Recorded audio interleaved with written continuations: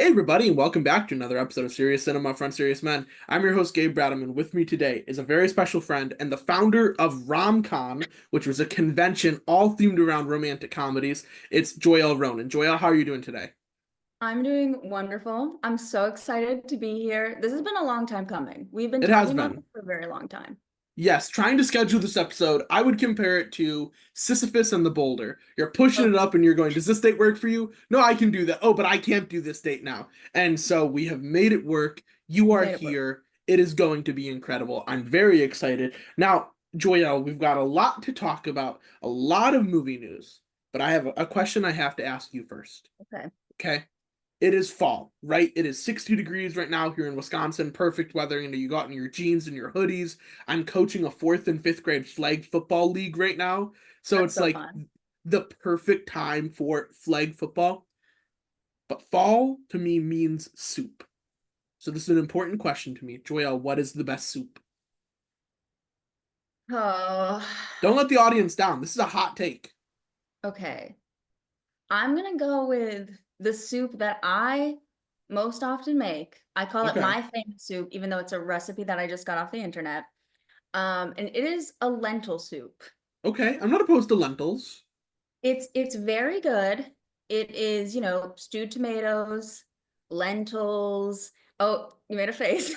I'm not crazy about tomatoes, big dog, but keep speaking. I'm listening. I'm listening. Okay. Carrots, onions. The sort of secret to the soup Oh, is are you that gonna you, give this away right now?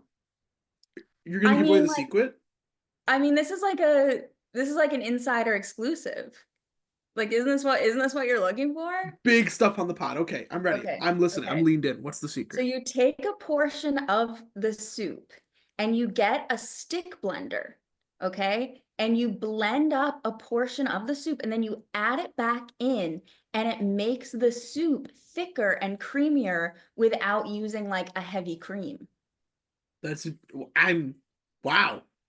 Have you considered going on Food Network? I mean, Yeah, I get a lot of offers. I'm kind of busy right yeah. now. Oh, So, wow. Okay, I get it. I get it.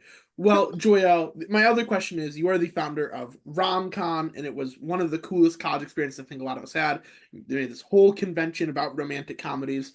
We only got to do it for 1 year. So what I want to know yes. is, in the last 2 years, right? 2023 and 24, if Yes. you were doing RomCon 2 Rom 2 Con, or RomCon 3 Return of the Rom, what Yes. movies would you choose to headline?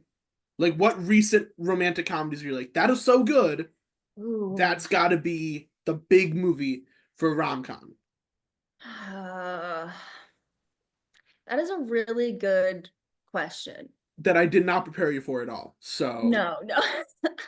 Well, there's been a lot of interesting romantic comedy discourse, specifically surrounding the movie Anyone But You. Glenn yeah. Powell. Do you want to Yeah. share your feelings on that movie? I liked it, not Okay, as much as Set It Up. okay. If I have to recommend one Glenn Powell rom-com, it has to be Set It Up. It's on hmm Netflix, so there's no excuse not to watch it. It was just to me better. Okay. But I did like Anyone But You, and I like what it did for the genre of this conversation of like, let's go back in the theaters. Let's not just immediately put everything on streaming. Like, let's make rom-coms like a big deal again. Yeah. And so I appreciated that. There's also been a real, and this has been going on for years, where like actors have been like distancing themselves from romantic comedies. Like you're like Ryan Reynolds types, like those who used to like I star mean, in a lot of them. They've been Matthew like, McConaughey. It was like the biggest example of it, where he's yes, like, I'm yes. not doing rom coms. They kept sending him the scripts, and the budget and the offers kept ballooning. And he stuck by it and Mhm. did True Detective, Interstellar, Dallas Buyers Club, won the Oscar. So everyone was like, oh, that's what I've got to do. And he's like, but I like watching hot people fall in love because I'm like, maybe I then could fall in love. Like, Yep. come on, we're all living vicariously through the movies.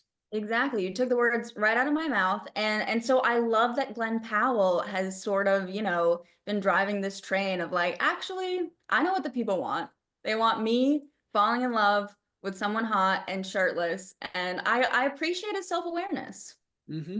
But you never answered the question. So would Oh. it be anyone but you? What would it be? Um, so for the first and only ever rom-com, I I tried to pick one modern. Actually, I think I did two moderns and then I did like a classic. Hmm. Um, so yeah, I think I'd want to do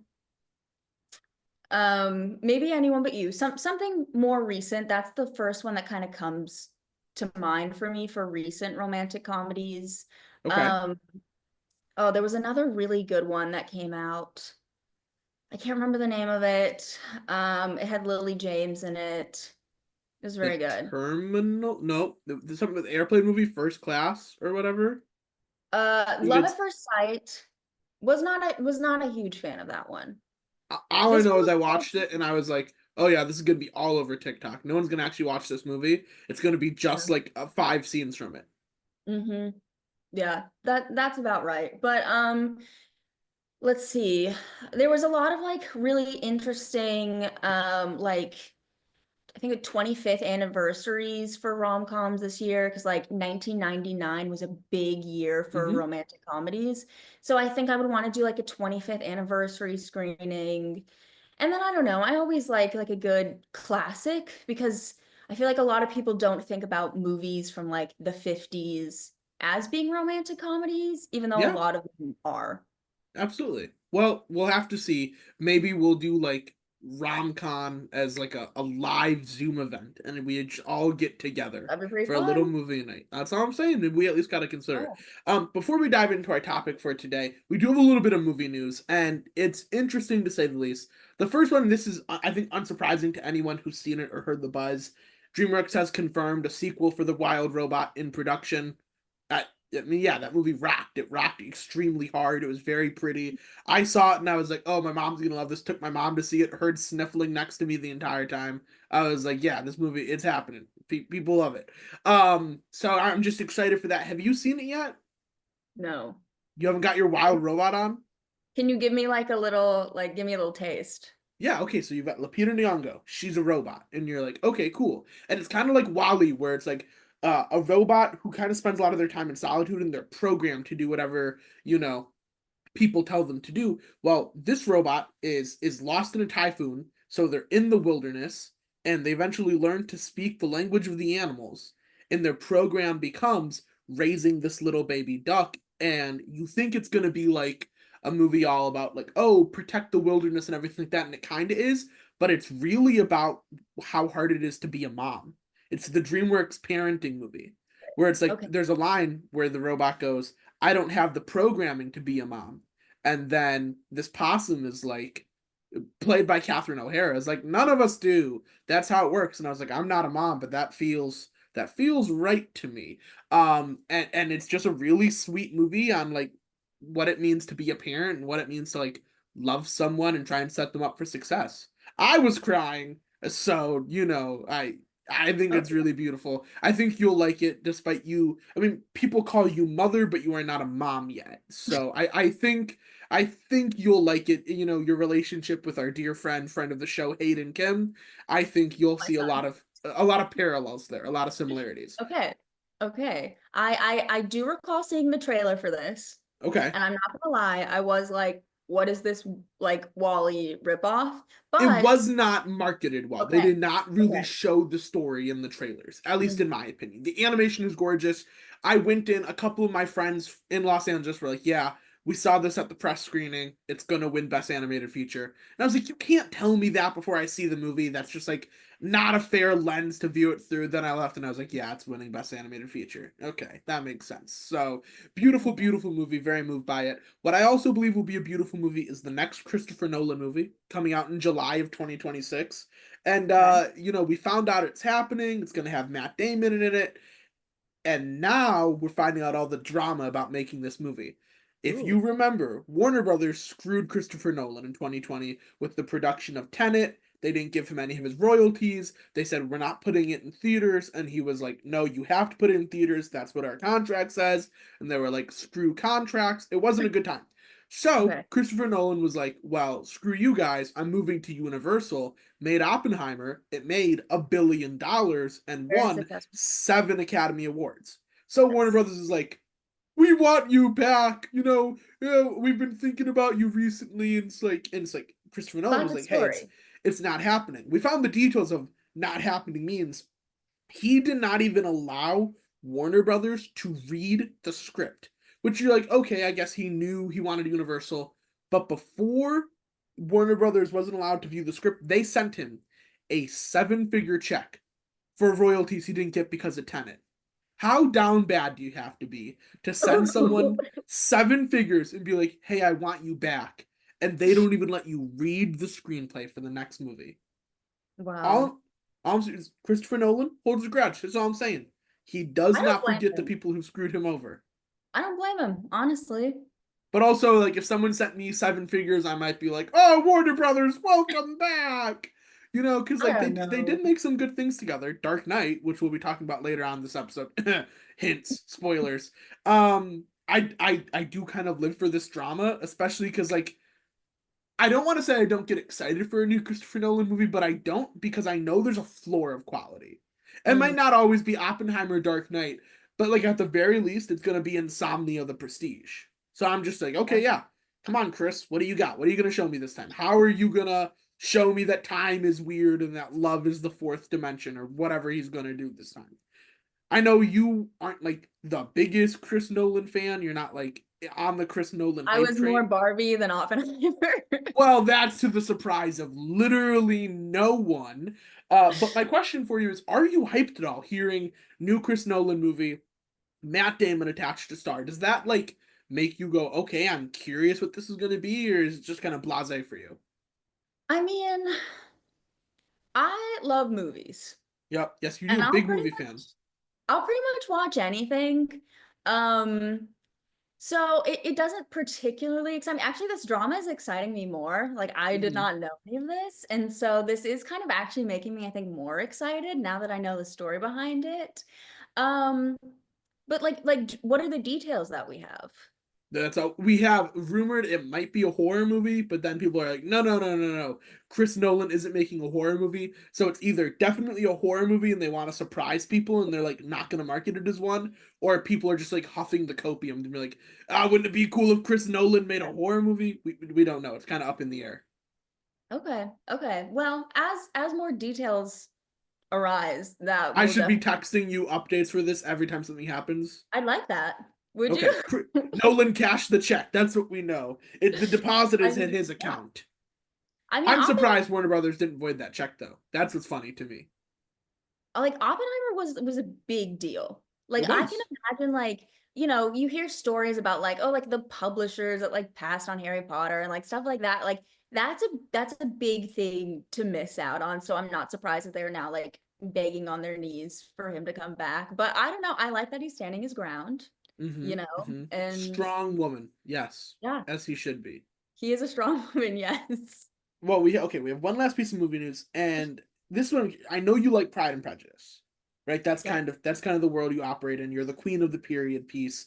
The He does the little hand thing, and you go And and flex. you So good. you swoon. Yes. How do you feel about Wuthering Heights? I know that's also like a period piece. I don't think I've ever personally read it. What are your thoughts on it? Of Wuthering Heights or of the casting announcement? Well, we're gonna talk about that because some more news has come out. They might be exiting the movie. So, oh Oh, yeah, don't worry. But just okay, what are okay. your thoughts on Wuthering Heights and everything with Heathcliff? I think is his name. How do you feel about Yeah, that book? yeah. I mean, I'm a fan. It's been a while since I read it. I definitely lean more Jane Austen. Um, That's but yeah, Bronte, right? I'm a Is Wuthering fan. Heights? Huh? That's Bronte, right? Is Wuthering Heights? Yes, yes, yes, Okay. yes. Yeah. See, Um, I know some things. you know. The song Wuthering Heights is a great song. Okay, who's the song Um, by? um, um, um, oh, she's had a great year. She had the song on Stranger Things, Lots of Running Up people the had Hill. songs on Kate No, no, no. Bush. Yes, yes, yes. Okay. Yeah. You were just like, Um, she had the song on Stranger Things. And I no, was like, Foreigner? I don't know who you're talking The about. song on Stranger Yes, Things. yes. Okay. That was K the push. song. Okay, so But Wuthering Heights, you're like pretty, you're okay with. yes, when I heard they were doing an adaptation of it, I was excited. When I heard that it was Emerald Fennel, I was Hmm. even more excited Oh, because so like you liked Saltburn? What was your reaction to that? okay, I loved Promising Young Woman. Okay. Saltburn for me, this is actually funny. I had just watched some like random B movie before, like a couple weeks before I had watched Saltburn that had a very similar plot to Saltburn. Hmm. Um, that when I watched Saltburn, I was just like, I just watched this movie. So Hmm. it wasn't as like shocking to me. And that's another thing is people were like, this movie's so shocking. You're not gonna believe in the bathtub. And then I watched and I was like, I'm not like, I don't know. It wasn't Would you that say insane. you're it was pretty insane. Oh, did you see it in theaters? I guess is the question. I did not. Okay, Neither did yeah, I. I made the mistake of seeing it in theaters, so Okay. that wasn't That does affect things. that wasn't certainly the most fun thing. I did see on Twitter everyone was like, "Yeah, I accidentally watched it with my mom." I think I'd rather hang myself than watch Yeah, Saltburn with a parent. I think that's probably not good. that is maybe the worst thing to ever happen. But Emerald Fennel, as you talked about, is doing an adaptation of Wuthering Heights, and it's created this massive bidding war across studios. So now Yeah. the high bid is Netflix with $150 million. That's pretty sweet money if you can get it. Mm-hmm. However, now here's the crazy thing: it had Margot Robbie and Jacob Elordi attached to star, and that's Yeah. probably why Netflix was willing to give 150 million. Margot Robbie riding super high after the success of Barbie, and Jacob Yes. Elordi had a Yeah. pretty great year in between. Like he played Elvis Presley in Priscilla, even though Priscilla's Really. not about him, but good year for him. Well, now Jacob Elordi and Margot Robbie are saying we want a full force theatrical rollout, so we don't want this movie to go straight to streaming and are threatening to leave the project if it does. I want them to leave. I want them to leave. I think they're both very talented. They don't make sense. Like Okay. Kathy is supposed to be young, and Uh-huh. I love Margot Robbie, but like she is like an adult woman. Uh-huh. And then the whole thing with Heathcliff is that he is like a man of color, and that is Oh. like a big part of his character. So Oh. casting Jacob Elordi just makes zero sense. It's just like, and also this is a whole other conversation. I've been thinking about this a lot because they just announced the casting for the Beatles movie. Yes. When you have IP, that's a big deal. That's your chance. You can take a risk with casting. Mm-hmm. You don't have to cast very famous people because guess what? People are going to see a movie about the Beatles, whether or not Paul Mescal's in it. Mm-hmm. You know? So, like, that's your opportunity to take a risk. Find some unknown talent. Because if we just keep reusing the same people over and over again, how are we going to find that new talent? So, I would have liked to see that. Um, I was pretty disappointed when it was Margot Robbie and Jacob Elordi. It just didn't make any sense to me. Kind of sounds like this movie might get canceled. Like not like stop being made, but like Right. socially being like, hey guys. Yeah. Okay, well I didn't know that. That's a little problematic. We'll explore that on a different investigative journalism episode of Serious Cinema from Serious Men, where Tucker and I put together Spotlight. Okay, well, maybe they should exit the picture then because that doesn't sound good. Although it definitely does sound like Margot Robbie's like, can I get the Oscar that Yeah. I probably should have gotten for Barbie? Can you just I Fair, fair. probably should have won because Mhm. like yeah they should have won. If the new casting Oscar that is starting this year, if that would have been a thing, Barbie absolutely would have won it, and it would have been Yeah. like, oh, ensemble, whatever. Mhm. Okay, Joyelle, today we are talking about movies that are masterpieces. And the reason I was thinking about this was there's this whole trend on October 10th, and this episode is coming out on October 5th. Hold on, 14th. But on Okay. 10/10, everyone was like, it's 10/10, so post a movie that you think is a 10 out of 10. And I'm really curious about this idea behind what constitutes a masterpiece movie. because like some movies maybe they aren't perfect, but they are still a masterpiece. Some movies may be perfect, but then they get kind of swept away in the tide of cinema and time. So I'm really curious to you, right? You have a degree in arts journalism. You are a very thoughtful critic. What makes a masterpiece of a movie to you? I was thinking a lot about this because you texted me what we were going to be talking about like a half an hour ago. And See, so I just assume we have a telepathic link. So everything I'm thinking you're picking up on. But then exactly. I'm like, that's not the way it works. So I'm like, I should probably express my thoughts in a tangible way. But yeah, I should Yes. have definitely given you more than 30 minutes to prepare. That's on me, big dog. No, I'll no, admit that. it was good. I think if I had had more time, I would have way started overthinking everything and would have probably spiraled. So I appreciate the time limit that you set for me. Um, I think a lot about this too, because as I previously mentioned, I just like movies. So even if I see a terrible movie, I'm like, well, that was still a movie and I still enjoyed it. So it's hard for me to sort of also take away like my own personal preferences and look at something completely objectively. One example that's really coming to mind is the movie Twisters that came out this Okay. year. Yeah. I saw that movie in 4D Yes, you and did. it was insane. Uh-huh. To the point where like I was like, that's a 10 out of 10 movie. That's like the best Sure. movie I've ever seen. And then I saw it in regular theaters and I was like, I still enjoyed it, but I didn't enjoy it as much. So I do Sure. think also your experience seeing a movie, there's also the phenomenon of when you see a movie when you're younger and you think it's a masterpiece and you watch it when you're older. So when compiling my list of 5 movies, there were like certain criteria that I took into consideration. I have to pull up my notes. Okay. Um, some of the things I looked at, of course, performance, cinematography, originality.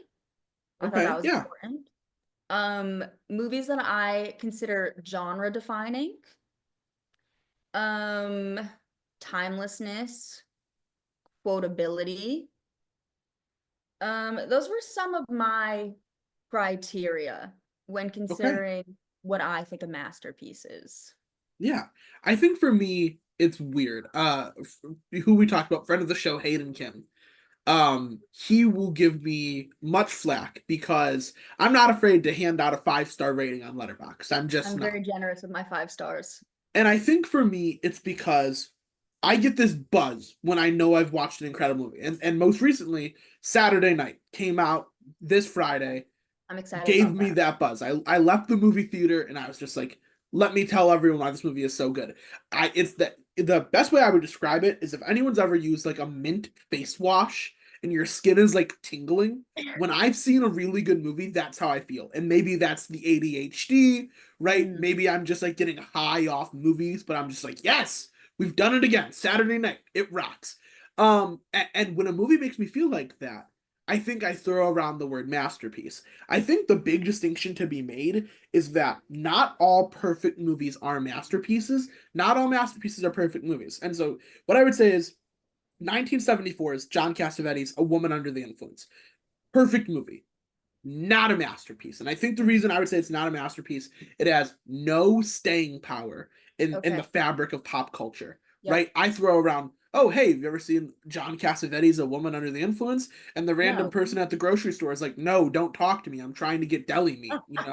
And I'm just like, oh, sorry, sir, trying to convert people. But The Godfather, right? Not a perfect movie. I'm sorry. Like I love The God. It's not a perfect movie. There's definitely some fat that could be trimmed, some things that haven't aged well. It just is what it is, but it is still a masterpiece. And I think it's so complicated, particularly with newer movies. Will they become a masterpiece? Something like La La Land, right? We all, at least for me, remember the first time seeing La La Land and all the swirling colors and the music and the love and the heartbreak, and you leave it and you're a puddle. But I don't know if 20 years from now we're going to be talking about it in the way that we talk about Singing in the Rain, for example. My friend Cam has a great theory that Oscars shouldn't be handed out until 10 years after they've come out. Because, like, Ooh. for example, Pulp Fiction didn't win the Academy Award for Best Picture. Mhm. However, even if you like, Tarantino sucks, you all know Uma Thurman, John Travolta dancing in the diner. Like, it is what it is. So I'm really curious about that. I would say just about all these movies that I'm going to talk about have come out, more than 10 years ago because they do need their time to kind of percolate, and I need to sit with them and watch them a couple of times. But Masterpiece is interesting, and I'm glad to discuss it with you. I will say, for me personally, I've kept stuff like Jaws, Back to the Future, The Godfather. I kept them off the list because I've talked about them before. I know the audience is like, if I have to hear him talk about the shark from Jaws one more time, I'm going to drive my car into the ocean and hopefully be eaten by a shark. So I tried to look for some things that I haven't had the opportunity to talk about as much. Joelle, you can do whatever you want because you're a superstar and the audience loves I, you. So, you I did you a you mix. can do whatever. Yeah, yeah. I did a mix. That's really interesting because thinking about my list, I also did not include any super modern movies. Hmm. I think maybe my like newest one came out in like 2010. Yeah, So I think I my newest also one agree. came out in 2008. It's just, I would Yes. say, the last set in stone masterpiece that I can remember. Maybe it's Oppenheimer, but I'm not sure. I would Yeah. say Avengers Endgame is the last culturally agreed upon, because that movie Yeah. is certainly not perfect. Endgame, Mhm. way too long. Really could Yeah. use 45 minutes cut from it. The sequence of getting all the stones, that should have just been a montage. But I think we all remember where we were when, spoiler alert, but it was 5 years ago, Yeah. Captain America grabs the hammer, Oh Avengers yeah. assemble, and we all did the wave at a movie theater. Yeah. People were People were swinging cheering from in the the theater. rafters. Hmm. Exactly. And it's just like, and now Avengers Endgame in 30 years, that's what we're going to tell our children. They're like, oh, do you remember Avengers? Oh, well, back in my day, we had this thing called movie theaters. And Right. this Right. Chris Evans, and I think those are the things that have staying power. Oppenheimer might be the next closest thing to a Yeah. masterpiece. That one, it I might think it's take too some soon to time, tell. but I do think Endgame is the last true one. Although maybe I have another one hidden up my sleeve that I'm saving for the Ooh, last one we'll talk about. So I'm we'll have to excited. see. Joelle, I will let you go first. Tell us about your first pick, why you think it's a masterpiece, and just kind of dive in. And I'm just going to sit here and listen to you. Okay. Okay. It truly would not be a list of my masterpiece movies if I did not include one Audrey Hepburn movie. As you should. As people say, Like, you look like Audrey Hepburn. It's just the life you live. well. So, I really was going through all the Audrey Hepburn movies and settled on Roman Holiday. Okay, yeah. I just love Roman Holiday. Audrey Hepburn, of course. Gregory Peck, also very talented. The two of them together, I think, had amazing chemistry. The cinematography, this was my cinematography example. I just think it's so beautifully shot. It's just so romantic, black and white, like set in Rome, beautiful. The performances were very subtle, um, which is something I sometimes find lacks in Okay. more modern cinema, um, which is something I really appreciate about that movie. And again, with that sort of staying power, I think about how much it has influenced so many modern movies and how many iconic scenes that it has. And I do believe it won the Academy Award for its year. I think it did. Yes, I think Okay. so. I'm relatively Okay. certain. Um, yeah, so that's my first pick. Yeah. Again, like I think critics wise, it was, very well received, won the Oscar. But like again, for me to consider something a masterpiece, I have to have some sort of like very personal connection to it. And I want to say that was the first Audrey Hepburn movie that I ever saw, like as a child. Okay. And one of the first times I ever remember, and that's like a lot of things on my list, is I remember being like, whoa. Like that's a movie. Yeah, Because you when you're a kid, I don't know, you watch like a lot of kids movies. And so the first time you kind of get like a taste of like real, quote unquote, real cinema, it really impacts you. It stays with you. yeah. Now, first off, Gregory Peck. Is that a Yeah. wood? Is that where are we on the? I mean, is that a question? Like a I don't know. I'm an curious. Atticus Finch? Well, not everything Come about To on. Kill a Mockingbird has aged perfectly, but Gregory Gregory Peck Peck aged well. did age well. That is true. I think Roman Holiday fantastic. The sequence on the what are they called? The little Moped? motorbikes. Yes, Yeah. mopeds. Thank you. I mean, Mhm. that's classic and has been referenced forever throughout movies. I think Oh that's an yeah. excellent pick. I mean, we talked Okay, about Emily in Paris earlier. They and Emily in Paris is just cribbing from Roman Holiday, and that's okay. they literally It's like did that sequence scene for scene in the last season. Emily in Paris is like, okay, we're taking a little bit from Under the Tuscan Sun. Sorry, Diane Lane. This is ours now. We're taking a little bit, and you know what? It's a guilty pleasure show. I'm not gonna lie. I'm like, that's stupid. But then when it's on, I'm like, okay, put on the next I episode. will defend that show to my death. That's a fun show. That's a great It, show. it's that, and I don't know if you remember Mrs. Harris Goes to Paris from 2022. The same Yes. energy, and I'm just like, I'm kind of Okay. curious what this crazy lady's gonna do. It's like Yeah. Julia and Julie. That's what it is. Where I'm like, Yes. this has Okay. no real cinematic value. Yeah. But I don't Meryl need Streep and Stanley Tucci, I just want to see these crazy kids work it out. And I'm down I with it every time. yeah. Well, for my first one, taking it all the way to 1954 for a musical. I get down with musicals, always have, always will. This isn't a musical many people have heard of, so this is like my Okay. opportunity to tell people why this is a masterpiece. Hmm. Seven Brides for Seven Brothers.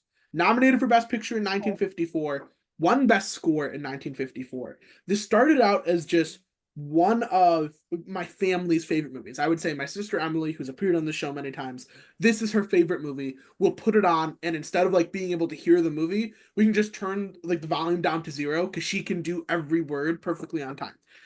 I love But that. so I've always viewed it through that lens of like, oh, just a great family movie that like my family cherishes.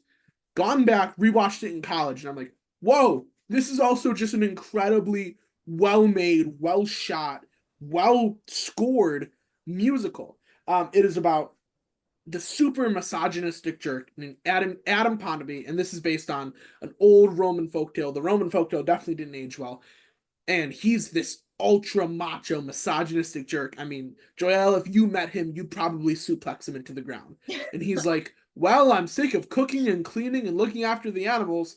Guess I'm gonna get married, so I have someone who'll do that for me. And he's Ugh. played by Howard Keel, who is like a voice of like melted caramel. It's fantastic. And so he Okay. meets this woman named Millie, voiced by Jane Powell, and he's like, "Hey, you want to get married?" And she thinks he's super hot, and like she feels a spark between them. So she's like, yeah, okay, let's get married. And then she shows up and he's like, great, there's a kitchen full of dirty dishes. Here's all the laundry that has to get done. Get to work.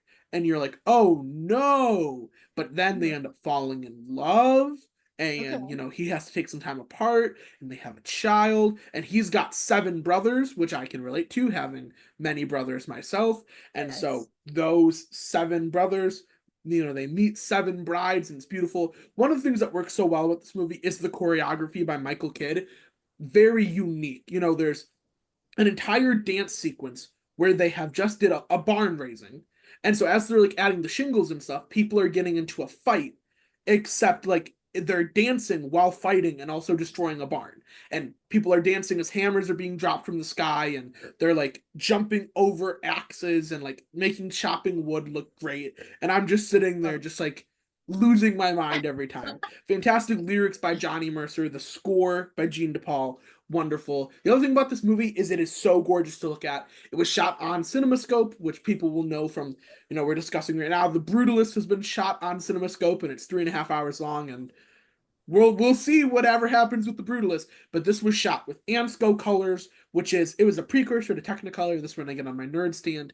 It is, if you remember the first time when Wizard of Oz, when it goes from black and white to color, and the Yes. sharpness of those colors and the vividity of those colors, that's Ansco color. So they Okay. combined CinemaScope with Ansco color. It looks beautiful. It is beautiful. It's a great story of this guy, like putting away his misogyny and toxic masculinity and going, wow, I was a real jerk and a real like piece of garbage.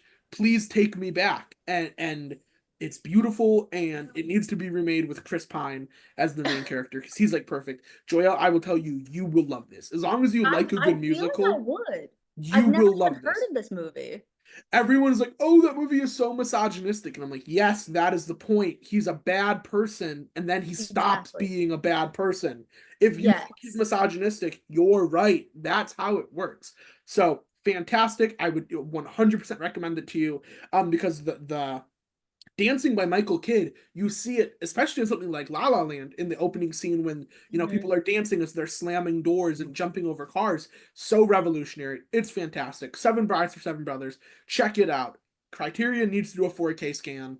Please, please, please. I need more physical media and I need it in 4K. So I I mean, I'm I in. beg. I good. I'm I'm gonna watch it. I'm excited about it. Have you seen the show Smigadoon? I that's the Keegan Michael Key Apple TV Plus one, right? Yes. I think two seasons came out, but I know I only watched one season. If more than Okay. two seasons came out, all I know is I only watched one. Okay. I'm a sucker for Keegan Michael Key. I grew up on Key and Peele. Good. Anything he does, I'm down. He was even good at being Bumblebee in Transformers One, which it could be a masterpiece. That movie rocked incredibly hard. When Lawrence Fishburne goes, "Arise, Optimus Prime," and Chris Hemsworth like sits up, I was like, yes! I just like stood up and started like shadow boxing like I was watching Rocky. So Transformers Yeah. 1 not on my list, but Okay. I would Honorable run through a mention. wall for that movie. Absolutely. Put it in the Okay. same tier as Godfather, Wizard of Oz, etc. All right, Joya, what do you have next? Oh well, just to follow up on that, Yes, yes, yes. Brigadoon takes a lot of inspiration from like 1950s musical, Okay. and I think that's one of the musicals that it might also take inspiration from. Well, And there so you go. I had made like a whole list. I wanted to watch every movie that show is inspired by. Have not done it yet, but Hmm. one day. I know the Music Man is like one of the biggest ones. Like you watch Yeah. and you're like, wow, that's Music Man. That's also Music Man. And Hmm. I'm down for it every time because I'm an old man who also loves musicals. So I Yeah. really highly recommend everything. All 50s musicals were great, but I think Some Brothers John Brothers, it's better than Music Man. You can quote me on that one. I'll Ooh, hot take, but I that's believe it. bold. Okay. Oh, I'm a bold man. I'll watch it and I'll give you my take. I'll follow up. Okay. My second movie, what I consider to be one of the greatest comedies of all time, Okay. Napoleon Dynamite. God, Tina, get It's your own it's so tots. it's so iconic in pop culture. I also did just write like um a whole article on this movie for Okay. it. I want to say it just had its 20th year anniversary. Yes, Um, 2004. and, and just kind of like reflecting on how integral it's been in pop culture and just like personally how much it shaped not just my sense of humor, but like my entire family's sense of humor. Like this is just like that movie is like a family movie for you. Like this is our like family movie. Um, so obviously, like it's just hilarious. It's very quotable. What makes it a masterpiece to me is that I just think it's so original. It's there has not been a movie I think made after it that is even in the same category other than like maybe Nacho Libre, which is, Okay. like the same writer director. Um, to the point where there's this whole thing where like Napoleon Dynamite really has like caused problems for algorithms. It is the hardest movie to predict whether or not someone is going to like it. Wow. Yeah, Thanks for it's dropping just that fun fact on us. I'm happy. I really researched this movie a lot, so I'm happy to show that. Yeah, um, it's really like controversial in a way that I think is interesting because it's like a PG movie made by a bunch of Mormons, Yeah, but yet it's yes, it like a is. very controversial movie. You really either love it or you hate it. And I love it. I think it is so hilarious. I think all the characters are so interesting. To say the And least, yes. um Yes, yes, and you know, well defined. I just think it's so original, and I love the story behind it. Of, you know, it was just this like guy who made a short film in college, and then wrote this script, cast like his friend. A lot of the movie is just like their friends. They didn't have a huge budget. And what they were able to do and the impact that they were able to have is really incredible. And you know, and I did almost think about putting Nacho Libre because I do love that movie. But the fact that this one was first and I feel like kind of set the bar, that's why I put it on my list. Fantastic. I also, in that same vein of almost putting Nacho Libre, I really did almost put School of Rock because I'm just like Well, School of Rock is Rock also, oh as like God, as a teacher movie, as a comedy. It's yeah, like, is it the modern Dead Poet Society? Some are saying so. Some are saying so, I and it's think me. I'm the so. some. But I talked about that telepathic connection you and I have. This is an example of it. Yep. You chose a 2004 comedy. I have a 2004 comedy, except Okay. mine is Anchorman, The Legend of Ron Burgundy. Okay. When I think of maybe the most quotable movie of all time, people are like, "Oh, it's The Godfather. Oh, it's Back to the Future." No, it's Anchorman. They're coming to the house. They're coming into the house. It's called Sex Panther by Odeon. It's got parts of real panther in it. 80% Mhm. of the time, it works 100% of the time. And that's just like, I could just sit around with my friends, and we did this for much of college, just quoting lines from Anchorman. The Human Torch has been denied a bank loan. Like, it's just, it's Will Ferrell just going absolutely insane. He Yeah. created this character, Ron Burgundy, and for 20 years after, it's just been like his staple. And he does interviews as Ron Burgundy. He went and hosted SNL, not just as Will Ferrell again. He went and hosted SNL again as Ron Burgundy. And he's just so tapped into this character. And then he filled it with some of the best comedic minds of the 2000s. He's like, okay, let me get Steve Carell. Let me get Yeah. Paul Rudd, who looks the exact same in 2004 as he It's so does amazing. now. And it's infuriating. He's definitely made a deal with the devil. David Koechner, who's just always been extremely underrated. And you know, then he gets Vince Vaughn, Ben Stiller, Fred Willard, just a bunch of people that he populates the movie with. And it works. And it works so well. Like I said, it's so funny, so quotable, but I also think what makes it so revolutionary is it has a comedic style that takes a little bit to get used to, right? A lot of the jokes are just Will Ferrell saying things stupidly. You know, there's just this joke over and over that instead of saying San Diego, it's San Diego, the beautiful city of San Diego. And I think one of the reasons it's a masterpiece is it kind of pioneered the Will Ferrell comedic style. You know, without Yeah. Anchorman, you don't get Step Brothers, and you most certainly don't get stuff like The Other Guys, which I love and can quote. You know, that's my word for word. My brother Ben and I, we can give you all of The Other Guys in like a full scale production. I just think Anchorman is incredible, and any movie that ends with a giant bear be talking to like a dog and be like, "Oh, my ancestors respected your ancestors, and because of that, we will not fight today." Anytime that happens, I'm like, "Yeah, this is genius." Also, Jack Black punts a dog off the Golden Gate Bridge in I don't even in think I knew Jack Anchorman. Black was in that movie. He is Jack Black. Have you seen Anchorman? Oh, okay. Well, all right.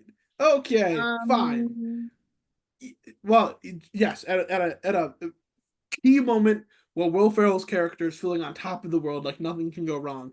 Everything does go wrong when Jack Black picks up his dog, aims okay. towards the side of the Golden Gate Bridge, and punts it. And there's a very funny moment where, like, you can tell it's a Beanie Baby. Like, he drops the actual dog, and then you see it become a Beanie Baby. It's very good. It's a very funny movie. Joyelle, you have to watch it. I Every year I get closer to doing Ron Burgundy for Halloween. One of Okay, these years great. You I'm just should. gonna do it. I'm just gonna do it. You should. You Yeah. could also do it. To your point, no, I have not seen the movie, but I know a lot of the quotes Yeah, that you're saying because yeah. yeah, it is, even if you haven't seen it, it is one of those movies that I feel like I've seen it, but I And have I not actually. I wanted to put a modern comedy, trying to figure out like what it would be, and I think Anchorman is the best option. But School of Rock, I think for me would be that second, Yeah. because like Mhm. and you could even honestly put those as tied because I think both of them fantastic. Yeah. Yeah. Your No, third School pick, of Joelle. Rock. So good. Okay. My third pick. This is my most modern pick. Okay. Um, and I have The Social Network. Yes. Yes. Which is an Network, incredible movie. great movie. Of course, like amazing performances, both Jesse Eisenberg. Where's Jesse Eisenberg? What is he doing? He is going to be nominated for Best Director at the Academy Awards this year for his movie A Real Pain. I watched it and cried in bed for about 30 minutes. Is that the one with Kieran Kieran McCulkin? Culkin. Yes. Okay. Okay. Yeah. Yes. Yeah. Yeah. I do. Okay. Is he also in it, or did he just Yeah. direct? Yes. Jesse Eisenberg is he should be nominated for lead actor. He's not Okay. going to because now it's like it's gonna be Ray Fiennes is gonna win. It's gonna be a stacked best actor. So Kieran is gonna go to best supporting, and Jesse will be in best director. He's not gonna be nominated for acting. Okay. Okay. Well, I'm ready for a Jesse Eisenberg renaissance. I think he's Yes. great. I loved Zombieland. Yep. Good Loved movie. Adventureland too. Andrew Garfield, of course. Yeah. I mean, Incredible. Excited for We Live in Time. did you hear Amazing the performances. sex scene discourse about We Live in Time? No. Oh, they did not hear them saying cut. So Oh, camera they were acting so loudly, they did not okay. hear the director yell cut. So a cameraman felt so awkward, he turned and sat in a corner. That comes from Andrew Garfield and Florence Pugh doing promo for the movie. Now I I don't know mean, if that's good promo or bad promo, but I've it's watched those notable. promos. There's a lot of chemistry in those promos. There's they really do have great Yeah. chemistry. I'm Um, excited. I think it's gonna be really good. But of course, like great dialogue, directing, David Fincher and Sorkin. Um, my like defining thing for why I thought it was a masterpiece is I felt like I wrote broke early ground slash came at the right time. yeah, very I true. also think that this is important because like Mark Zuckerberg's reputation soured so quickly. And I feel like this movie kind of came out like just right at the key time of Facebook, before Facebook had kind of started to like turn in like society's mind. And I was thinking about that a lot with the new Trump movie that's coming out. Okay. Um, yeah, with Sebastian Stan, The yes, Apprentice. Winter Soldier. And just how like how much timing can play into a movie's success. Yeah.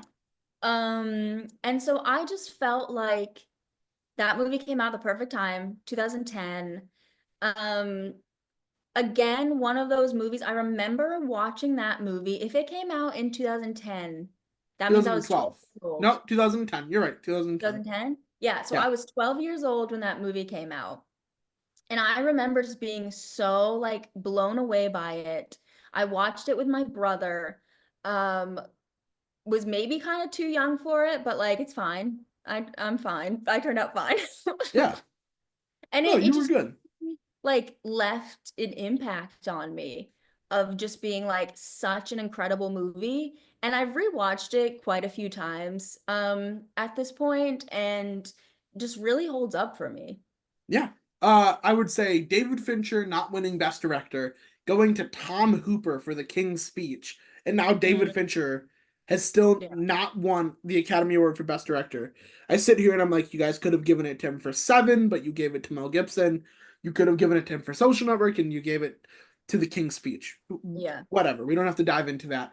I would say right. Justin Timberlake in The Social Network, just eating all his scenery, all his dialogue. Speaking of eating I think he things, played himself, honestly.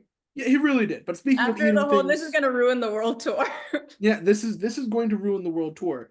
Speaking of eating things, Army Hammer, also in Social Network. Joel, what do you think about the state of Army Hammer?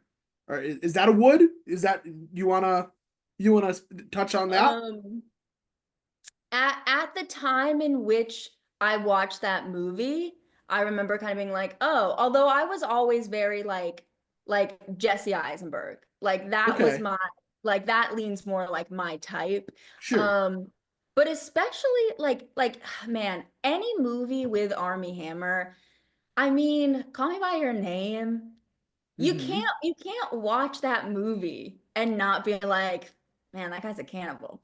Like Yeah. Okay. that's so upsetting. Hmm. And then Timothy Chalamet did a movie where he played a cannibal and it was just a Yep. little like, no. Um, You're yeah, also neglecting The Lone Ranger, where Johnny Depp played a Native American. That wasn't right. a good I idea. forgot about But you that. haven't answered the question.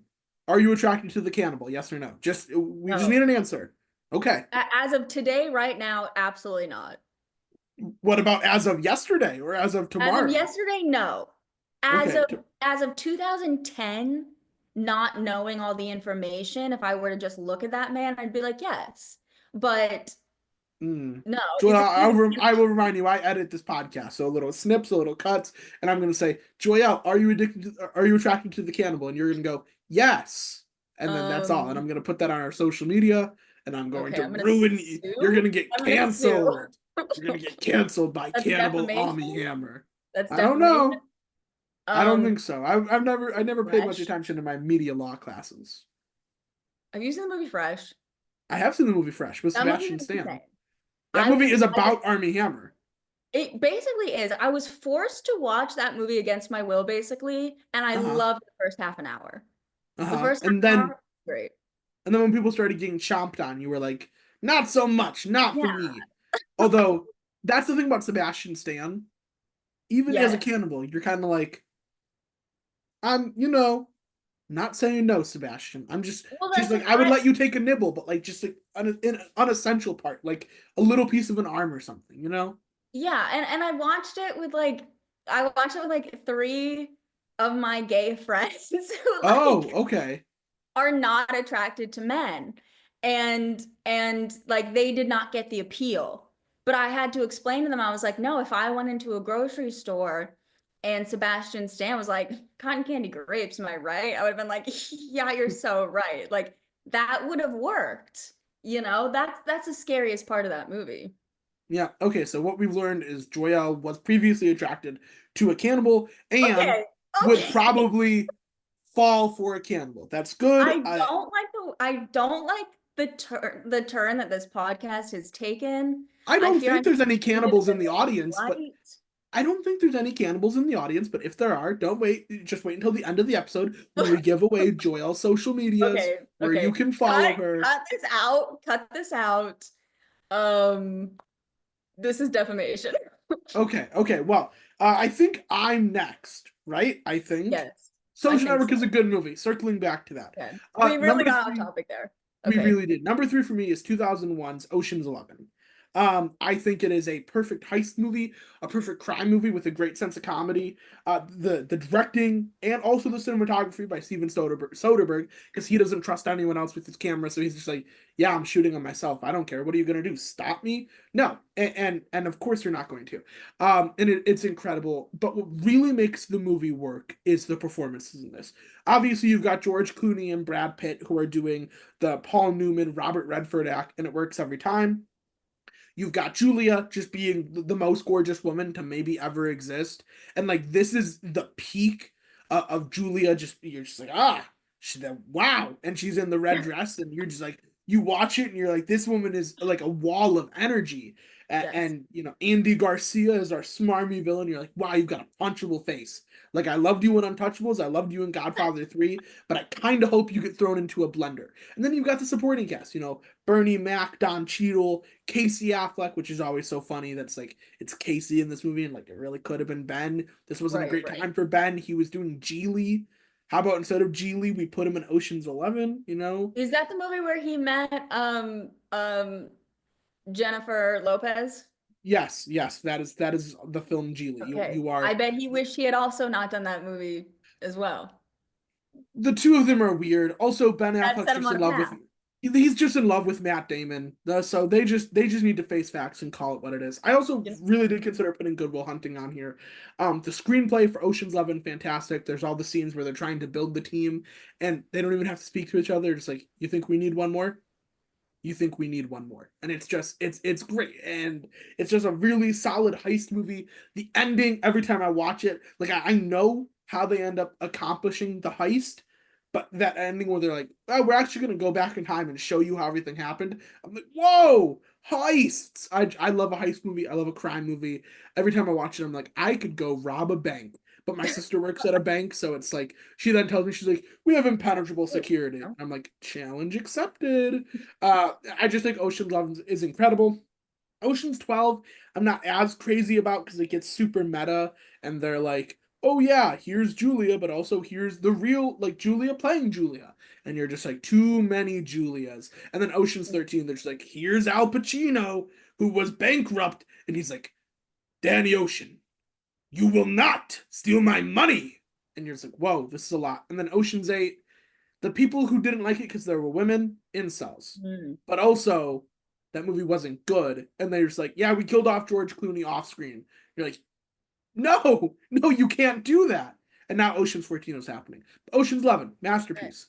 I got lost there. Also, it is like there's just a scene where everyone in Ocean's 11, including Matt Damon, who I always forget is in that movie, they're all like walking in suits like Reservoir Dogs. It might be the most attractive group of people of all time. Just like they're slow motion walking, and it's George Clooney and Brad Pitt and Matt Damon, and you're just like, whoa, okay, all right. And they're like in the casino. It works. It really works. It's hard to have the same screen presence as Frank Sinatra, but George Clooney does it. Have you seen Ocean's 11, Joya? I'm just gonna constantly like, have you seen this one? Okay, this might not come as a surprise. You know, I have not seen this movie. I swear I watch a lot of movies. I Mm. really do. I just guess I don't watch I guess I just don't watch the like I don't know, the like the ones that people watch. Oh, I thought you were going to say boy movies. You're like, I don't watch boy movies with crimes and No, heists. cinema is not gendered.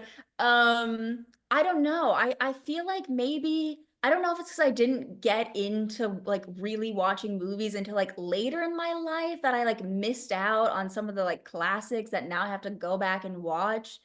But I have not seen this movie. But when you've talked about all these movies, I'm like, yeah, that sounds great. I want to watch that. You're just like, oh, Ocean's gotta get down.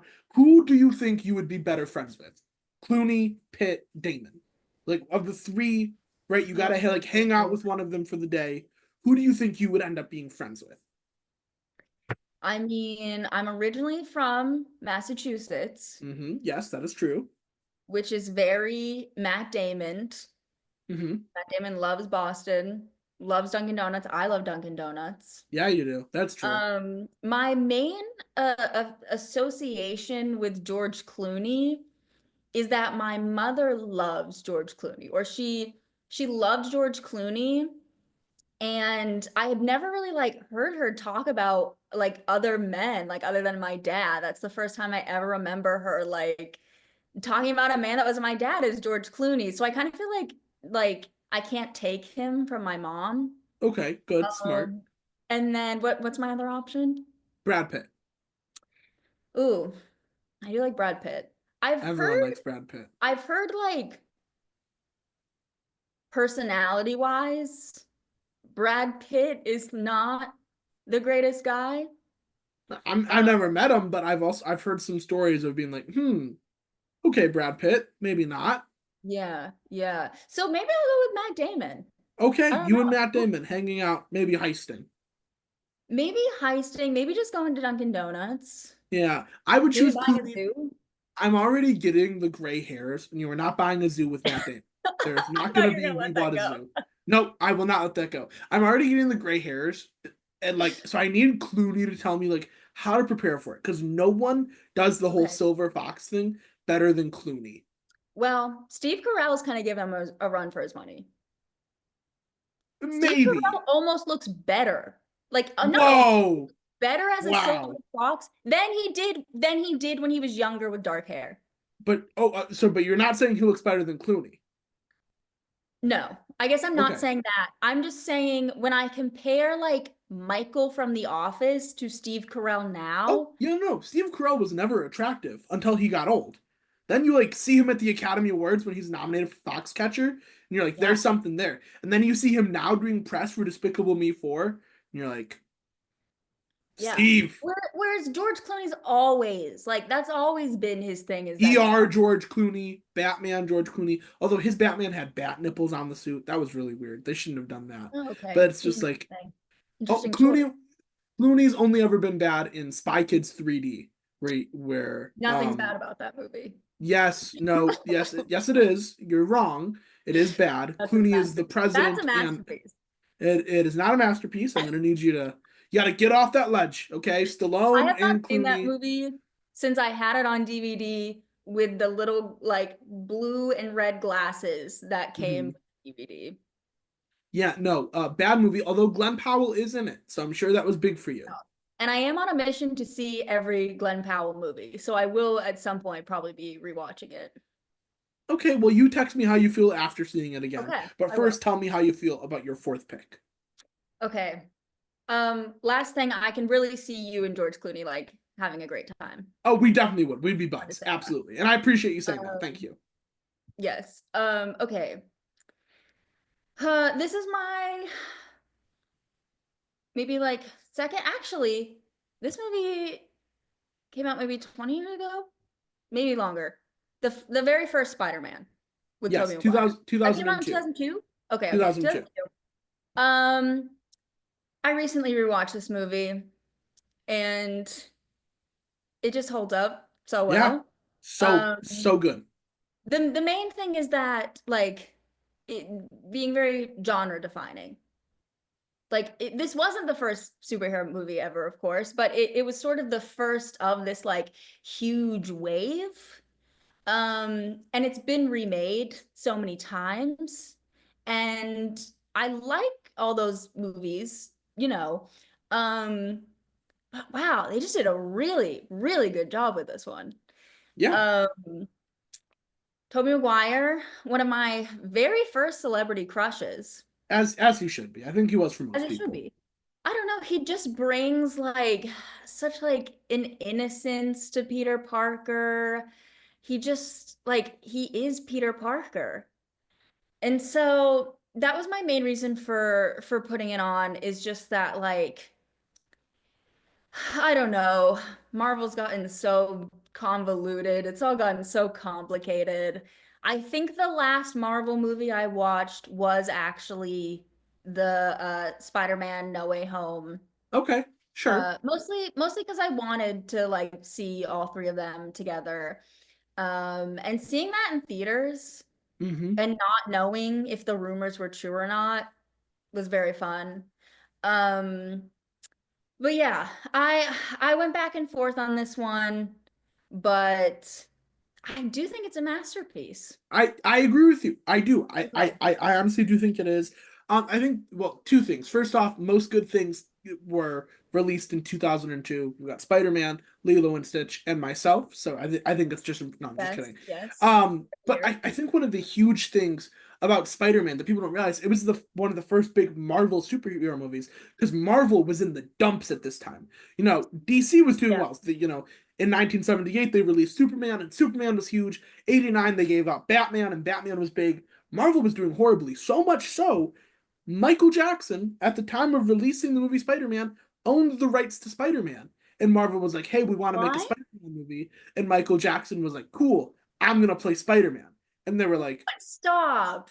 no, For Michael real? Jackson. Yes, for real. True story. I just True cannot story. I just cannot imagine that. Marvel was in the gutter, in the dumps. They had no money. And Wow. they released X-Men in 2000. And X-Men worked, but it alienated their comics fans because if you have ever read the X-Men comics, they're just extremely like the X-Men movies aren't accurate to it. For example, Wolverine's like 4'6" and ugly, and Hugh Okay. Jackman is like 6'5" and just like Jackman, yeah. he's Hugh Jackman. Like he's Hugh Jackman. Like what am I Hmm. supposed to say? Yeah. But Spider-Man worked, and it worked hard. They took the risk of having a horror movie director be the one to direct it by letting it be Sam Raimi. And there are some parts of Spider-Man that are terrifying. Green Goblin, as Yes. Aunt May is Oh trying my to do the goodness. Lord's Prayer, destroys her house and is going, finish Oh, it, finish it. oh Because my goodness. Willem Dafoe Willem just like, Dafoe. I mean, he's great in everything, but he is Wisconsin legend, okay? And I think I think he Wow. might be the most attractive person in Spider-Man. Sorry, Tobey Maguire. But then like the kiss in the rain and then Spider-Man 2, and it really does set up just the MCU, and you don't get the MCU without Tobey Maguire Spider-Man. I think it's a fantastic pick. And nothing personifies love like the upside down kiss in the rain. Like it's Upside just Down is one of the greatest kisses ever. Um, I do like Andrew Garfield's Spider-Man movies a lot because they feel more like romantic comedy-esque. sure. But truly the upside down kiss is one of the most romantic moments in film history ever. And then on the note of like starting the MCU, do you remember what year Fantastic Four came out? Fantastic Four came out in 2005. Okay, okay. So it did come out a little bit after. But I was thinking about that movie because that's when I don't think held up quite as well. Nope, Like nope, I it didn't. remember watching it as a child and like loving it. Hmm. And like Chris Evans as Johnny Storm is great. Another like formative crush of mine. But what like rewatching it now, I was like, this really isn't that great of a movie. I almost wish I hadn't rewatched it, and then it would have Yeah. been better in my mind. Yeah, I love Fantastic Four. I'm a huge fan. They are my favorite superhero team, and Mhm. I need the new Fantastic Four movie to be good, or Yeah. I will probably hurt somebody. I mean, the Um, fact that they did remake it and it still wasn't good. no, no, Uh, Fan Four Stick is actually one of the worst movies ever. So yeah. they've really struggled to nail down the Fantastic Four. If this new one isn't good, I am going to force Marvel to let me do it. I've got it, guys. Just I don't know how you guys keep I messing trust this you. up. It shouldn't be hard. It should be relatively easy. It's whatever though. Don't worry about it. I think Spider-Man's a great pick. For my fourth pick, this is where we're gonna get a little interesting. Another superhero movie. You and I, like I said, Okay. it's telepathically Okay. linked up. It's Yep. The Dark Knight. I feel like this is one of those ones that a lot of people probably would say. I think The Dark Knight is just genuinely a masterpiece. So much so, I don't necessarily agree with people calling it a superhero movie. I think it transcends being a superhero movie. I think it's more accurate to call it a crime movie or a drama because yes, it is a superhero movie in the sense of like it's Batman and the Joker, but the movie isn't about what it is to be a superhero. The Dark Knight is about what it is to be a man trapped between your honor and your duty and your obligation and being in love with somebody. And like that's like a super complex and rich theme for this Christopher Nolan superhero movie in quotes to have, and every time I'm just blown away by it. The set pieces in The Dark Knight are masterpieces. You know, you get that opening fantastic 15-minute heist that totally didn't crib anything from Heat in quotes, and you know they're taking people out one by one to increase the score they're gonna get, and then you get the reveal of Heath Ledger's Joker. And The Dark Knight came out when I was 7 years old, and I remember seeing it. And you see the Joker for the first time, and that's just something that's like singed into your brain. You will never forget the first time you saw Heath Ledger's Joker. That performance is a tour de force. It just incredible. Unfortunately, you know, him passing away, not able to see the finished Yeah. product, but you know, Hmm. when he wins the Academy Award, his family goes up and they're like, "We cannot tell you guys how proud he would be of this movie." And I'm like, "Yeah, because it's the best performance in a superhero movie ever, just straight up. It's incredible." Christian Bale's Batman, I think, is the best Batman. People love Pattinson, people love Keaton. Christian Bale is the best Batman. He's also the best Bruce Wayne. He nails being the cocky, arrogant Bruce Wayne of being like, "Oh, I don't think they'll let us put two tables together. They should. I just brought the place." And like it's great. Aaron Eckhart as Harvey Dent, his Two Face is fantastic. Maggie Gyllenhaal, just everything about the movie works, and it works, and it's beautiful. And every time I like what I do is I forget how good The Dark Knight is, and then I rewatch it, and I'm like, "Yep, this movie's incredible. I'm blown away by The Dark Knight." Hopefully, The Dark Knight is one that you've seen before. I feel really bad that I have not seen a single movie on your list, and it's making me feel like I'm like some kind of fake fan or something. No, no, no. What I'm saying is I'm going to make a list on Letterboxd called movies that Okay. Joyelle needs to watch, and then you Okay. can just like check them off. Don't worry. Okay. I would appreciate that. Yes, I've not seen, I've not seen the movie. But of course, like I know all about it. Like I remember Heath Ledger dying was, unbelievably tragic and, such a talent. And I have not seen Christian Bale as Batman, but I have seen him as Jack Kelly in Newsies Hmm. and Laurie in Little Yeah. Women, I was gonna say, I know you've seen him as Laurie in Little Woman, and that's like and it's you and my fantastic. sister right there. If you two ever met, you guys would be like, Little Woman, greatest movie of all time. And just like give each other like a firm handshake because I mean, yeah, I almost put Little Women on my list, but actually the newest one. But again, it was a little too modern. We sure, we have to sure. see. We have to see. Um, but yeah, I've seen up until Endgame, I had seen like all the Marvel movies, and I just felt like I could not do both Marvel and DC. I could not commit to that many watching that many superhero movies. Sure, yeah. But as you said, it seems that it transcends superhero movies. It does. It really does. Dark Knight rules. There's a scene where they flip over a semi truck, and every time I'm like, that's incredible. Worst part about the Dark Knight is that it's shot in Chicago, just a disgusting hellscape of a place. I'm willing Oh, to look oh, past it though. this is some like Midwest. Oh yeah, no, we in the state of Wisconsin hate Illinois. Everything in Illinois is bad. It should be nuked. Like if I thought you guys here's the hated thing. Ohio. We do well, everyone hates Ohio. Okay. The Wisconsin is the best state in the Midwest, and I don't want to we don't have to unpack this all now, but it Okay. just is. It's just the supreme state. I've been to Wisconsin. It's lovely, isn't it? Yeah, it's great. Have you been to Rhinelander? I have been to Rhinelander. Yes, The I've been Hodag? everywhere. Yeah. Would you The say? Hodag? Yes, the yes, our I'm a signature big, we'll have cryptid. to talk about this a different time. I'm a big fan of the Hodag. Yeah, people who don't know what that is are like, is that a euphemism of some kind? The Hodag? It's like, Google no, no, no, it. no. It's a fantastic cryptid. Joel, what is your fifth? Is this your fifth or your I think it's your fifth. Okay. This one was the last one felt like it needed to be like a really big deal. And I went back and forth. I had initially had what I think is going to be my ultimate pick, and then I went back and then I had Casablanca, which Okay. Casablanca I guess is going to be my honorable mention, even though like it's an incredible film. Again, with like the timeless, incredibly quotable. I know you said Anchorman was like the most quotable movie ever. I feel like Casablanca, maybe give it a Yeah. run for money. They're different types of quotes. The Yes, whole linoleum, like the floor tile, does not compare to here's looking at you, kid, or of all the yeah. gin joints in the Of world, all she had to come Jane. into mind. We'll always have Paris.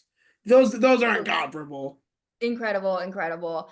Um, the character arc of Rick, like just so good. What I ultimately went with, and so when I worked at a movie theater, we had to put our favorite movie on our name tag, Uh-huh. and this is the movie I put. And I almost didn't go with this one, but then you said that a masterpiece doesn't have to be like a perfect movie. It does not. And so I ended up going with West Side Story. That's complete now 60s or 21. So I actually I wrote West Side Story slash West Side Story Okay. because there are elements that I really like in both, Sure. but there wouldn't be a new West Side Story if it weren't, of course, for the original West Side Story. So I guess original West Side Story, but I did like a lot of the choices that Spielberg made in the new one. I thought the new one was criminally underrated. It It came was, out yes. during the pandemic, no one saw it. But I thought it I was think part fantastic. of it was the Ansel Elgort of it all, because as it came That's really out, unfortunate. the Yeah. allegations about him came out while they're doing press, and that's just, Hmm. I think, bad timing. And also, Steven Spielberg had another movie come out that year, and he was promoting The Fablemans because it was the movie about his life, and didn't Yes. really promote West Side Story as much. Yeah, and I did like the Fablemans, but Ansel Elgort is the weakest link of that movie. Mm-hmm. Yes, Like this is true. I mean, Mike Feist is great in it. Rachel Ziegler is a star. She gets a lot of unnecessary hate. She's very talented. Ariana DeBose, she won an Oscar for it. Great. It was great. But anyways, I went with the original just because, like I said, there would be no, remake. But to me, this movie just has everything. It's a musical. It's got music. It's got dancing. It's got the romance. It's got the action, death. Like it truly just has like everything. And cinematography is beautiful.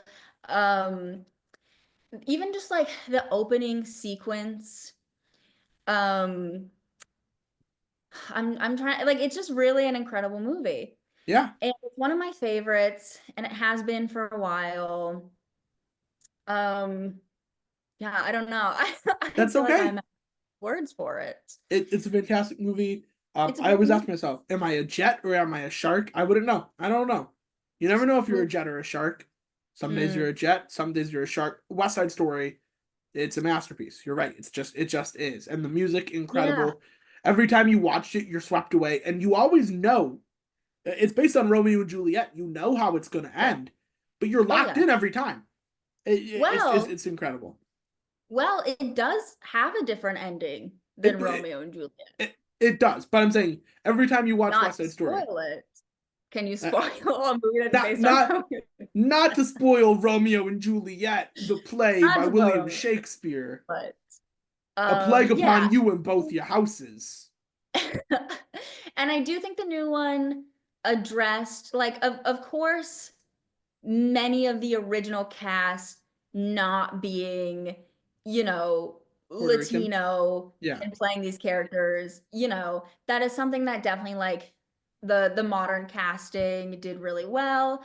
I also want to say the remake was a little bit more faithful to like the original stage production. It was, yes. I think the movie like took more liberties with that. But yeah, both fantastic.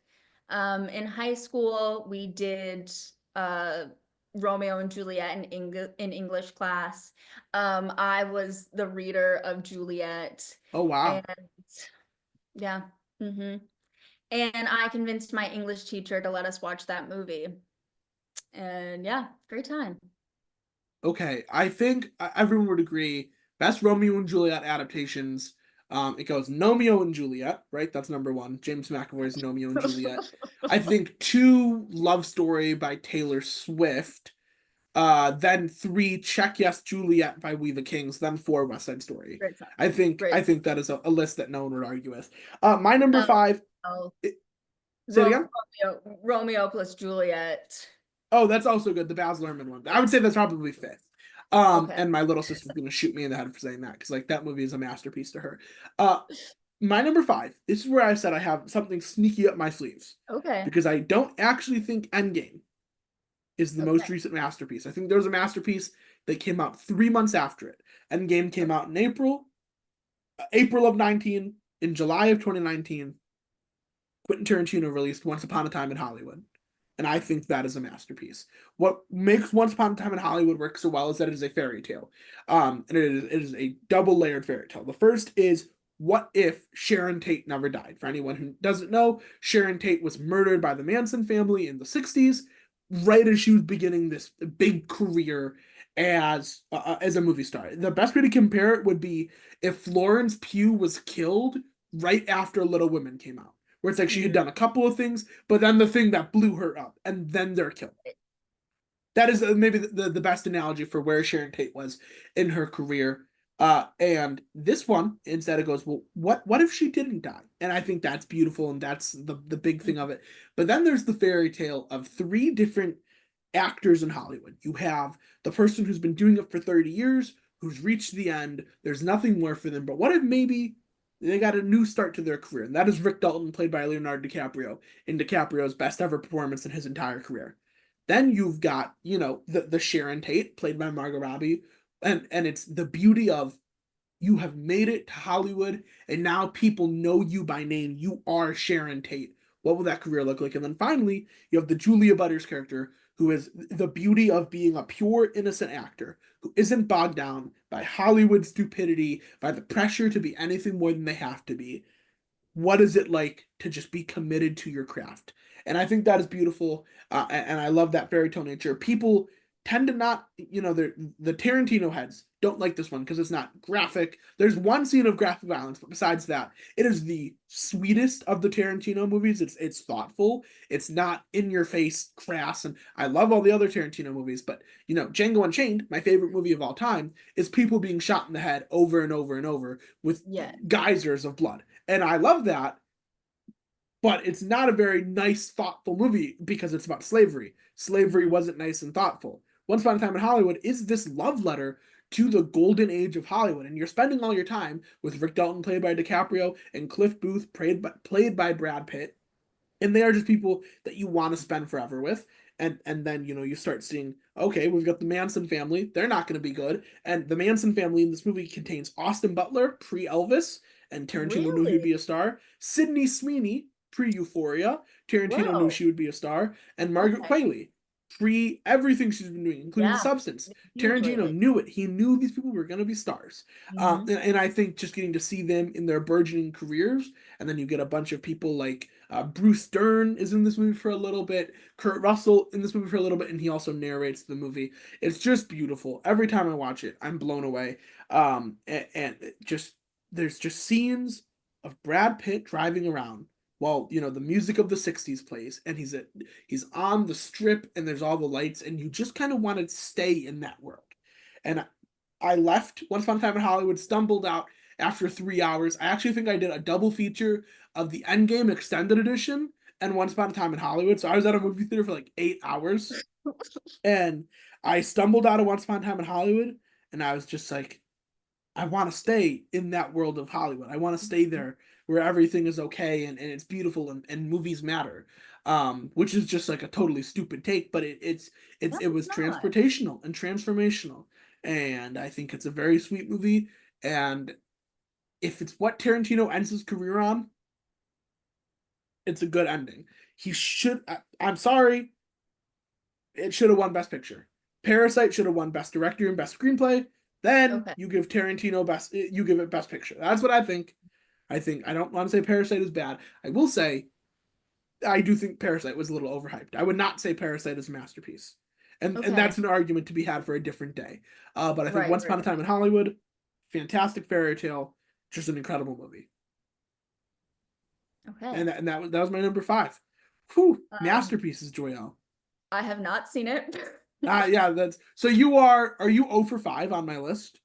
Yeah, and I feel Okay. bad about it. No, no, don't I feel feel bad bad. because whenever people say they haven't seen these like great movies, I never am upset with them. I never judge them. I'm just jealous because Right, you right, get to right. have these experiences for the first time. That's not a bad thing. It just means one day it's going to be rainy. You're going to put a little blanket on and you're going to go, maybe I should watch Once Upon a Time in Hollywood. And you're going to eat your lentil soup watching Once Upon a Time in Hollywood, and you're going to go, Big Fudge was right. And you're going to text me and say, wow, you know what you're talking about. And I'm going to say, I don't know what that was a reference to, but I appreciate you. Um, Yeah, yeah. Well, the thing is, sometimes I feel like sometimes these big movies, I can't just get out my laptop and like watch them alone. I feel like I need to like experience them. It took me forever to see Jurassic Park, which mhm. could also really be considered a masterpiece. Incredible movie. It's one of my 10 favorite movies. I had never seen that movie until I saw it. They were doing like a re-release in theaters and I saw it in 3D. And I thought it was absolutely incredible. But I was like, I don't think it would have been the same if I had just been like watching it by myself, like on my laptop. So I do think sometimes I purposely don't watch things because I feel like I need to like make a big deal about watching them. Yeah. Well, either way, all good movies. And this has been Yes. a great time speaking with you, Joya. I would say you are in fact a masterpiece of Oh podcasting, a my masterpiece of a goodness. friend, someone I treasure, and You are apparently a masterpiece too. of a soup maker. Although I don't know, I never got the opportunity to try the lentil soup, so we'll have to see. But Joelle, we end I every should episode. come to you in Wisconsin. You don't have to go to all that trouble, but if I'm ever in DC, I will come over for soup. Don't you worry. Now here's the thing: we end every episode with a streaming recommendation. So Joelle, Oh, something on streaming. If the audience, what should they be checking out? And would you like me to go first, yeah. so you can have some time You to think? go Well, first. I watched this last night, and it's just every time. This is obviously a masterpiece, but it's like another one that's too easy. 12 Angry Men, I think, directed by Sidney Okay. Lumet, written by Reginald Rose, starring Henry Fonda, Lee J. Cobb, etc. I think is just the perfect courtroom movie, except they're not in a courtroom, they're in the jury box, and these guys have to put aside prejudice and personal feelings of hatred to determine whether or not a young man is innocent. And it works so well as that. But if you take the deeper reading, it was actually, during the Red Scare, and Joseph McCarthy is Okay. going around and, saying, you need to say this person is a communist or you're never working in Hollywood again. And so many people were accusing people of being communists, like Donald Trumbo or Dalton Trumbo, pardon me, even though they weren't, because they were scared of never being able to work again. So it's that idea of taking a stand for what you know is right, saying someone is innocent, even if it's inconvenient or people are going to stand against you. And I think it's just an incredible movie, especially when you view it in that context. You can watch it on Amazon Prime, which comes free with your Prime membership. So you don't even have to pay extra for it. And if you don't have Okay. Amazon Prime, congratulations, you've escaped the vortex of capitalism. Joelle, what would you recommend to the audience? Okay. Okay, my quick, I'll do a quick little like TV show recommendation. I feel like anyone who is the target audience of this show has maybe already watched it. Nobody Wants This. Are you familiar with the show? I am not, no. So this is a new romantic comedy show on Netflix about Kristen Bell plays like an outspoken podcast host, Oh, we and hate those people. Gross. well, she falls in love with Adam Brody, who plays a rabbi. Okay. Um, and it's very good. It's very sweet. Um, it's definitely very much a comfort show. Explores themes of like falling in love with different religion and what that looks like, family expectations. Demonstrates a lot of really good, healthy communication, which is often lacking in that genre. Very good. In terms of a movie, first of all, if you don't have Hoopla, Hoopla's great. It's a free streaming service that you can get through your public library. Shout out to public libraries. Um, I This movie is an older movie, but I everyone who I've asked if they've seen this movie, they have said no. It's Across the Universe. Have you seen Okay. it? I have not, no. Look at that. I'm Yeah, talking about a see? movie you haven't seen. Yes. Now name four Um, more of them and we'll be equal. But thank you. Thank you. Across the Universe is a jukebox musical of the Beatles. Okay. It is very good. It takes place in the 1970s. Um, Really great. It's very like, the main character's name is Jude, of course. Hey Hmm. Jude. But great movie, not talked about a lot. I'm shocked it hasn't gotten a stage adaptation. But yeah, great movie, great musical. I highly recommend. Fantastic. Well, Joelle, Yeah. thank you for joining us on this episode. Like I said, we would rate you a 10 out of 10. You're a Oh my masterpiece. Thanks for goodness. being here. And audience, we'll Thanks see so you much next for time. having me. It was Of great. I love of catching up with course. you. It's always super fun, and we talked about it before we recorded. We will get our friend Natalie to also join us, and we Yes. will talk about Gotta something. get But Natalie on here. she's got to be on because she's a national treasure, and maybe She because you is. two are She's the such best. national treasures, we will just break down scene by scene the film National Treasure for its 20th anniversary this year. We'll I've figure never out seen something. National Treasure. Well, you're going to. It's going to be homework for the pod. Anyways, thank you all so much for listening. We'll see you next time on another episode of Serious Cinema from Serious Men.